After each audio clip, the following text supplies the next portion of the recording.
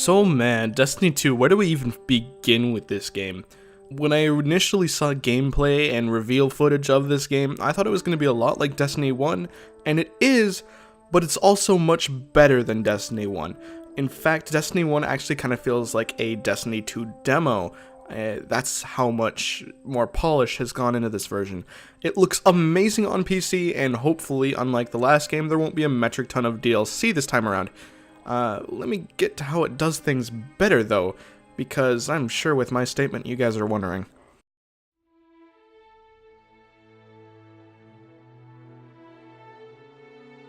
Starting off with the campaign, it feels more like a well-written story that could have big central themes, as opposed to Destiny 1 story, which was basically just a random series of events which ended up with you killing some Heart of the Vex thing.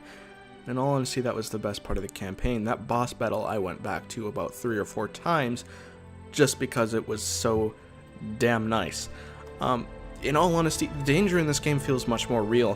When at the end of the first cutscene, when you're standing there, and the Traveler comes up and it's engulfed, it's shielded, it's taken away from you, and your ghost falls, and your ghost, I guess, he's dead, and then you realize just kind of how powerless you are, because you never felt powerless or like you built your way up from something in Destiny 1. In Destiny 1, you were just, I am the all-knowing warrior, but we're oppressed because the story says so. In this, it actually shows you, hey, you're not the top of the food chain this time around. You are actually, there is something that is a legitimate threat to you out there in the universe, and it's actually come to get you. And this seems like it's going to keep me interested and invested in the story all the way through, unlike Destiny 1.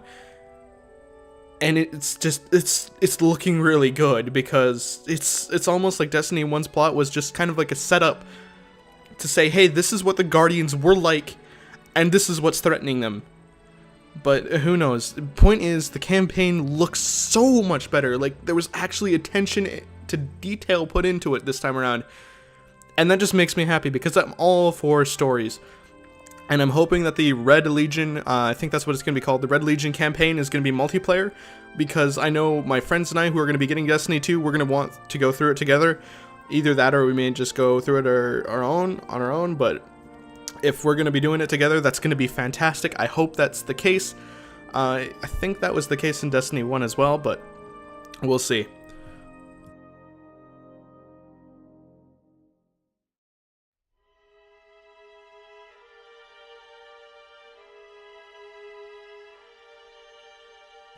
And what else could be better than one of the core functions of a first-person shooter? Yep, the weapons are improved in this version. You can kind of get 2 primaries, although you get different weapons for each slot. So you can get submachine guns, auto rifles, single-shot rifles, and burst rifles for each, but there's kind of different ones, so you can get secondary SMGs, primary SMGs, stuff like that.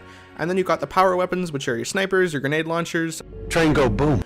And it's all the new ones that they throw in, they feel like they fit. They're just new weapons in Destiny, and the whole system for weapons works so much better. And it's even better when off of the 3 subclasses that you have two classes within each class, and that even changes the gameplay even more. So you've got the gunslinger, and with the golden gun alt, and then you have the other alt for the hunter, which you take out the bow staff and just run around whipping people with it, and it's so much fun to do that. So with the 2 subclasses with each class, that's going to change up gameplay with like a total of 6 styles that you get to choose from, which is so much better than the default 3 that you had at beginning Destiny, the original.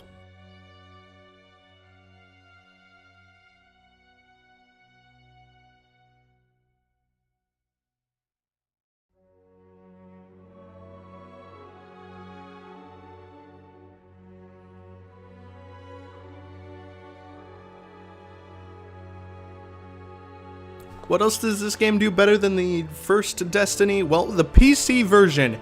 Yes, for the love of God, we are finally getting very good ports nowadays. Destiny 2's port is amazing. The graphics are stellar. They're amazing. Here, just listen to my initial reaction of how good the graphics are in this game.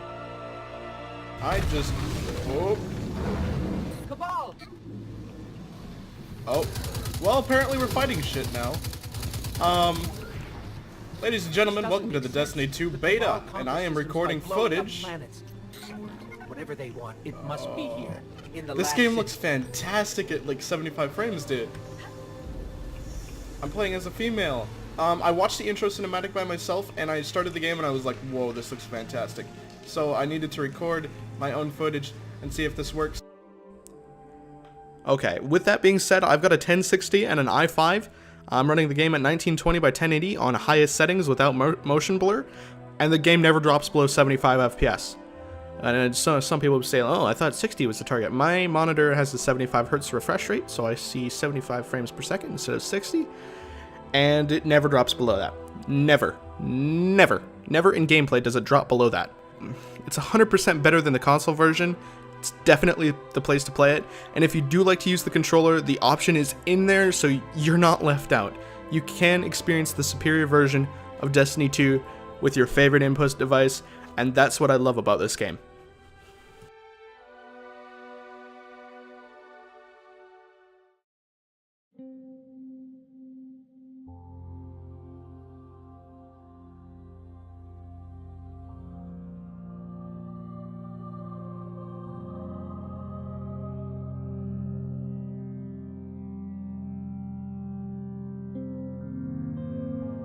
So what are my thoughts on what's actually in the beta then? Well, I'm going to be starting off with the two multiplayer modes.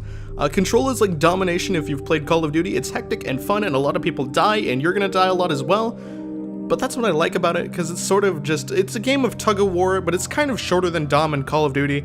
So just expect your matches to go a little bit faster, but it's fun because you can kind of crank them out real fast, and I don't know, it's domination, it's fun, and it's got Destiny and ults, and it's like over COD. It's really fun. It's good. I really like it. Now, for kind of as main multiplayer modes go, there's another one called Countdown, and for anyone who's played Counter-Strike Global Offensive or Search and Destroy in Call of Duty, that's basically what this is, except you get revives. So if your teammate goes down, you get to revive them, or they just die if you don't revive them in time. But that's basically what it is. There's two sides, a defense and an offense. The offense plants the bomb. If the bomb goes off, offense wins. If offense kills all defense, offense wins. If defense either defuses the bomb or kills offense, they win. But if offense has already planted the bomb and they've killed all the offense, they still need to defuse it to win. So it's basically kind of like your basic Search and Destroy, except it's got revives. And I just want to put one more note on the multiplayer. Being able to switch weapons mid-match is fantastic. Like, just going into your inventory and saying, I don't really want to use the auto rifle anymore. Let's put on, like, I don't know, like a single shot or an SMG. And just being able to do that just by hitting F1 and going into your inventory is so good. Could not have asked for anything more. It's amazing, and I'm so glad that they did that. So for anyone coming over from the first Destiny, strikes are back, and they're fun, but they're short. It's basically you get a whole bunch of people together in a team, and you fight through sections of different NPCs, and you get to the end, which is a boss, normally a pretty big boss, and to accomplish some goal. Most of the time it's just beating the boss. If there's going to be more strikes like this, the game should launch with either a lot of them, or kind of make them more elaborate on them, make them longer, like heists in Grand Theft Auto. But if they're going to keep the heists shorter, just put a lot of them out there. That way they don't get too stale too quick, because playing the same heist over and over, that is going to get stale pretty quick. So either put a lot of them out there, or just kind of make them longer and more elaborate, like heists in GTA. And finally, the story mission that you get to play. It's called Homecoming. It's the first mission of the story from what I know. It's basically going through the tower as it's getting sieged, and this is honestly what gripped me. I'm not sure if you guys saw my reactions earlier. I'll put away a few more of them now, just so you can kind of get a feeling of how I was when I first started playing this game.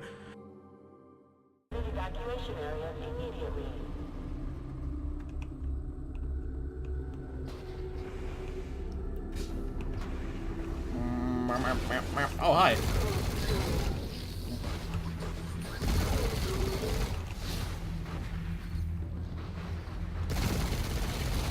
Oh, those suckers are so hard to kill in the original game. I'm just glad I can actually aim decent now.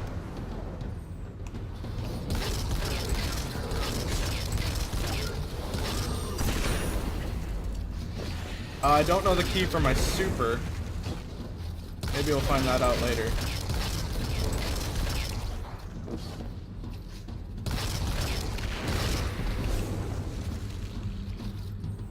Developers, keep this in mind. This is how your PC port should be done. This is a fantastic port from just what I've played. Look at the size of that thing. It must be their command ship. Which one? That actually doesn't look too big.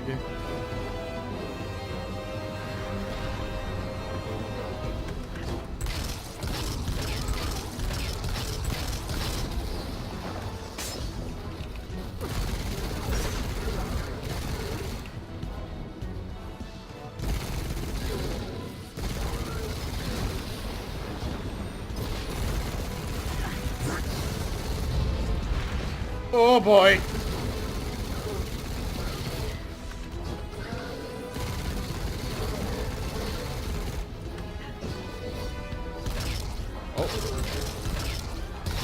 Taking these Cabal is Red Legion. Akora, what do you got? They're elite, ruthless, and rumor is they have never known defeat. Until today. Today they face Guardians. But Zavala, they're attacking the Traveler. The Traveler waits. We protect our people at any cost.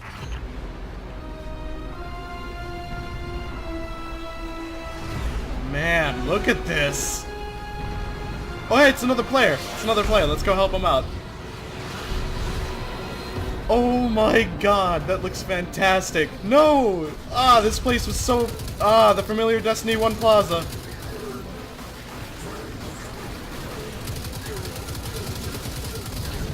What's up, dude?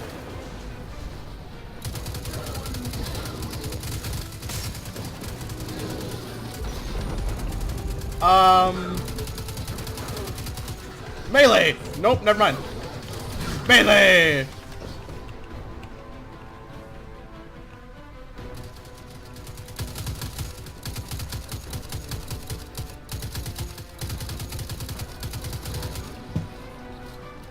These Red Legion are well trained, but we are better.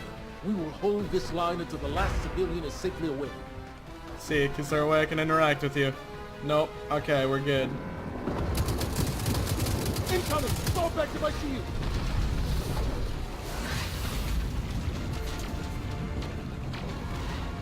No! Don't let them pass the gate! The evac shuttles are back there! Oh, that's an interesting...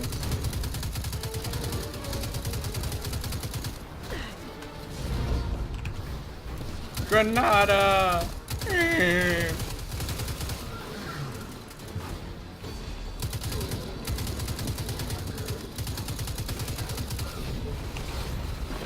Oh, we're outie.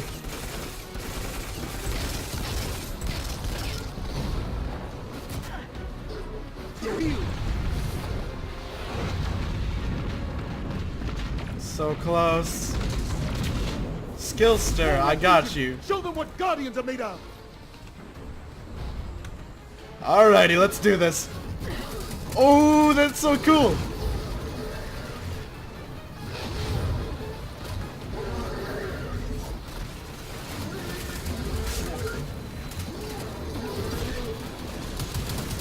I like the super in this game a lot better than I did the first one.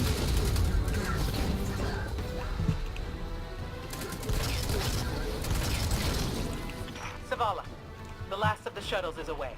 But the speaker, he never made it. I'm going to look for him. I've got the plaza. Go with Ikora. Find the speaker. We're on it, Commander. Do do do do do do.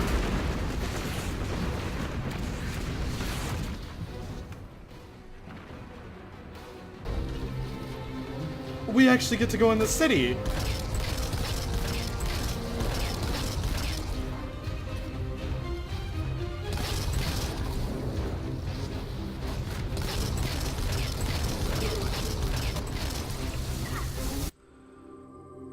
So yeah, this story mode it's actually really interesting me, like I said before.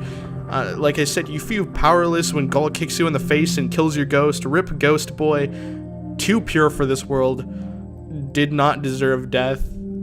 Protect this person, ghost thing. But it's so much better than the first one already, and I've just only played the first mission. And I honestly can't wait to play the rest of it. It's going to be awesome.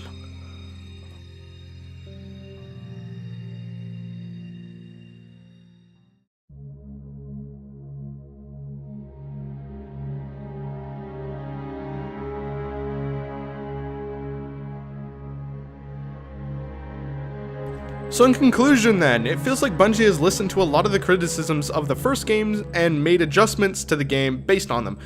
You can see a lot of different places in which the game was criticized and fixed, maybe not perfectly, but there's still been attention to it. The beta is relatively small, but with the release of the full game and further expansions, I feel like there's going to be plenty of content to keep me coming back to it. Being able to play on PC is fantastic, however, for the people just jumping in on the series because it wasn't on PC before, a nice little explanation of even what's going on would be nice, just so you don't feel like you're jumping into the story halfway through. And if I didn't play Destiny 1, I wouldn't get 100% of what's going on. For example, they mentioned the speaker in the first mission, and if you hadn't played the first Destiny, or at least knew a little bit about Destiny before going in, you'd be like, man, who's this speaker person? Why is he important? Now, here's where I need to admit something. If there's a game that I'm looking forward to, and it's kind of like a new installment in a series that I'm already enjoying, say for example Danganronpa, because I played through Danganronpa 1 and 2, and Danganronpa V3 is coming out, I'll put a pre-order down on it. Battlefront 2 I put a pre-order down on, Destiny 2 I put a pre-order down on. That's kind of my generally one rule. If it's not a brand new IP and I enjoy the last games, I might as well throw a pre-order on it. So I did that, and I really like the little Cade figure that I got with it. It sits in my PC, and it makes it look really nice. Here's some footage of it. As you can see, it's nice and RGB, and Cade is there. He's looking really chill with the thumbs up. Anywho, I think this game is going to be fantastic when it releases. I think playing it with my friends and actually having a team to do strikes in when this game comes out, because a lot of people are going to get it now that it's on PC and not just consoles. I think it's going to be good. I think it's going to be good. I'm really looking forward to it when it comes out in October. So with that being said, I might as well inform you guys as to what I'm doing. I've got a Splatoon 2 video coming out, and I'm doing a video on the new Death Note movie that's coming out, and boy, those are going to be some heavy topics. I got a lot to say about both of those. Anywho, if you like this video, feel free to like it, subscribe to the channel if you want to see more of this garbage, and if you feel so inclined, feel free to follow me on Twitter or friend me on Steam. I don't really care. If you guys want to do those things, feel free to. It's kind of a community that I want to build, so might as well interact with you guys, huh? I'm thinking about starting up a Discord, maybe. I don't know. We'll see. And with that being said, have a nice day, guys. My name's Solidity, and I'll talk to you guys in the next video of whatever I make.